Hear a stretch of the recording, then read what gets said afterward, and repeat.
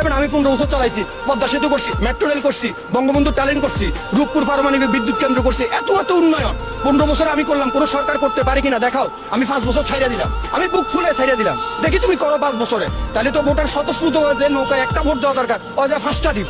তাদের এসি রুমে বসে আন্দোলনের ডাক দিতেছে, 48 ঘন্টা অবরোধ, 72 ঘন্টা অবরোধ। ওই যে আওয়ামী লীগের ব্যানার দেখা যায়, বিএনপির একটা ব্যানার তো নাই, এত ব্যানার কোথায় গেল? বিরোধী দল কি রোহিঙ্গা মায়ানমার থেকে আসছে? গণতন্ত্রের রাষ্ট্রে বিরোধী দল আন্দোলন করবে, এটা তো তাদের গণতান্ত্রিক অধিকার। আপনি গণতান্ত্রিক অধিকারকে বাকরুদ্ধ করার জন্য তাদের টুটি চেপে ধরছেন। এটা কোন দেশের গণতন্ত্র? আবার বলেন মানুষ কথা বলতে পারে, কিভাবে কথা বলবে? মানুষের বাক স্বাধীনতাই তো নাই, মানুষ তো কথা বলতে পারতেছে না। একজন মানুষ যারা মধ্যবিত্ত নিম্ন মধ্যবিত্ত বাজারে গিয়ে গুমরে কাঁদে ভাই, তাদের কান্না কেউ শুনতে পায় না, আমাদের দেখার মতো কেউ নাই। তারা তাদের এসি রুমে বসে আন্দোলনের ডাক দিবে। কোটি কোটি টাকা মাথা পিছু ঋণ আজকে বাংলাদেশে। আপনি আমি ঋণ করছি, সরকারের বাবার টাকা দিয়ে উন্নয়ন করতেছে না। আমার আপনার টাকা দিয়ে দেশ উন্নয়ন হচ্ছে। 400 টাকা হাজিরা দিয়ে ঢাকা শহরে একটা ফ্যামিলি চলতে পারে না। আমাদের এই কষ্টটা, আমাদের দুর্ভোগটা কে দেখে? দেশের কঠিন অবস্থা, যারা ব্রিলিয়ান্ট, যারা বুঝে, তারা কথা বলে না, চুপ করে থাকে। তো কত আর দেয়ালে পেট ঠিকে গেছে। আপনি 1000 টাকা কি কিনতে পারেন? আপনি 1000 টাকা নিয়ে বাজারে গেলে আপনি বুঝবেন দেশের উন্নয়নটা কোথায়। দেশের ভিতরে হরতাল অবরোধ দিয়ে সাধারণ মানুষদেরকে না খাইয়ে মারানোর লাস্ট রাস্তা এটা। আমার মনে হয় যে আমরা যখন যে পুরো পাকিস্তান ছিল, সারাদিন কাজ করে তাদেরকে 25% ভ্যাট দিয়ে আসতাম, তো তখনকালের থেকে এখন আর খারাপ হয়ে যাচ্ছে। তখন কিভাবে নিছে? তখন আমরা সরকারের কাছে, তাদের কাছে দিয়ে আসতে হইতো। কাজ করে 75 টাকা রাইকা 25 টাকা তাদের কোষাগারে নিয়ে জমা দিতে হইতো। এখন সরকার ওপেনলি নিচ্ছে। সে দ্রব্য মূল্যের যে উদ্রগতি, আলু কিনতে যাবেন আপনি 60 টাকা, 200 টাকা, 300 টাকার নিচে কোনো মাছ নাই। 50 টাকা রিক্সা ভাড়া 50 টাকাই আছে, 60 টাকা হয় নাই। আমরা হচ্ছি 3rd পার্সন, ছাগলের 3 নাম্বার বাচ্চা। ওই 2টা দুধ খায়, একটা পিসি দিয়ে মেমে করে। আমরা বললেই কি, না বললে কি? আমাদের মতো গুটি কয়েক রিক্সার ড্রাইভার যদি মইরাও যায়, এদেশের সরকার বলেন, বিরোধী দল বলেন, যাই বলেন, তাদের কিচ্ছু আসে যায় না। আপনি 15 বছর দেশ চালাচ্ছেন ভালো করে, 15 বছর ভালোই চলছে, অনেক উন্নয়নের রোল মডেল। বাংলাদেশ এখন ডিজিটাল ছেড়ে এখন স্মার্ট বাংলাদেশে পদার্পণ করতেছে। 15 বছর দেশ চালাইছেন আলহামদুলিল্লাহ, এখন ছেড়ে দেন না। ছেড়ে দিয়ে আরো 5 বছর আরেকজনকে ওয়েলকাম জানান, দেখেন ওই 5 বছরে উনি ভালো চালায় কিনা। নির্বাচনকালীন সরকার বলেন, তত্ত্বাবধায়ক বলেন, কেয়ারটেকার বলেন, একটা দেন। এভাবে হরতাল অবরোধ দিয়ে আমি মরতেছি। আমি সাধারণ রিক্সা চালাই, আমার আজকে উপার্জন নাই, আমার ফ্যামিলি না খাই মরতেছে।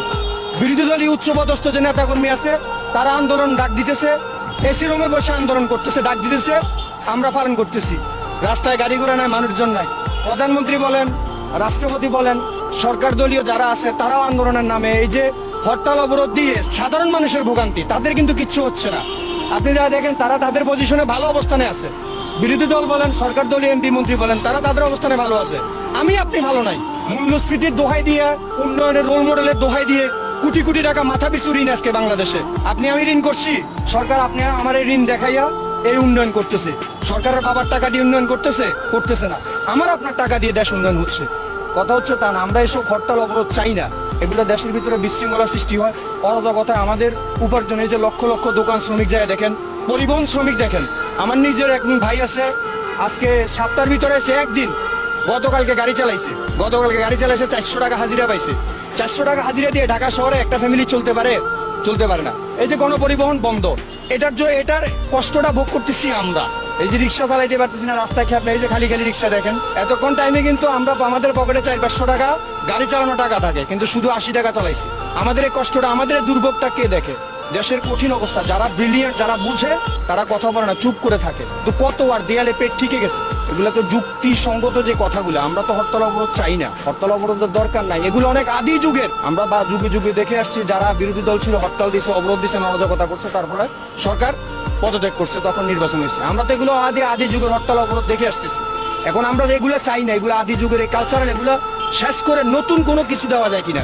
কিভাবে অন্তর্বর্তীকালীন সরকার, কেয়ারটেকার সরকার বলেন, আপনি নির্বাচনকালীন সরকার বলেন, নয়তোবা বাহিরের রাষ্ট্রের যে কূটনীতিকরা আছে তাদের সমন্বয়ে সরকার বলেন, দিয়ে দেশের ভিতরে একটা সুষ্ঠু নির্বাচন দিয়ে দেশটার ভিতরে যে এখন যে বিশৃঙ্খলাটা তৈরি হচ্ছে, এটা আমরা চাই না। আপনি 1000 টাকা কি কিনতে পারেন? আপনি 1000 টাকা নিয়ে বাজারে গেলে আপনি বুঝবেন দেশের উন্নয়নটা কোথায়। আপনি মূল্যস্ফীতির দোহাই দিয়ে, এই উন্নয়নের রোল মডেলের দোহাই দিয়ে, মেট্রো রেল, পদ্মা সেতু, এগুলার দোহাই দিয়ে কোটি কোটি টাকা আজকে মাথা পিছু ঋণ হয়ে গেছে। তো উন্নয়নটা করছে কি? আপনি কি আপনার বাবার ঘর থেকে করছেন? না আপনি দিচ্ছেন সরকারের টাকা? না আমি দিচ্ছি, আমিও দেই নাই, আপনিও দেন নাই। সরকারের বাবার টাকা আসে না, আমাদের টাকায় আমাদের উন্নয়ন, আমাদের টাকায় আমাদের পদ্মা সেতু, আমাদের টাকায় আমাদের মেট্রো রেল। আমি সাধারণ একজন মানুষ হিসেবে, আমি আওয়ামী লীগ না বিএনপি না, কোনো ফ্যাক্ট না, কোনো রাজনৈতিক দলের পক্ষ নিয়ে বলছি না। আমি আমার দেশের সাধারণ একজন নাগরিক হিসেবে আমার বাক স্বাধীনতা আছে। যেহেতু গণতন্ত্র রাষ্ট্র, এখানে কথা বলার স্বাধীনতা অবশ্যই থাকতে হবে আঞ্চলিক।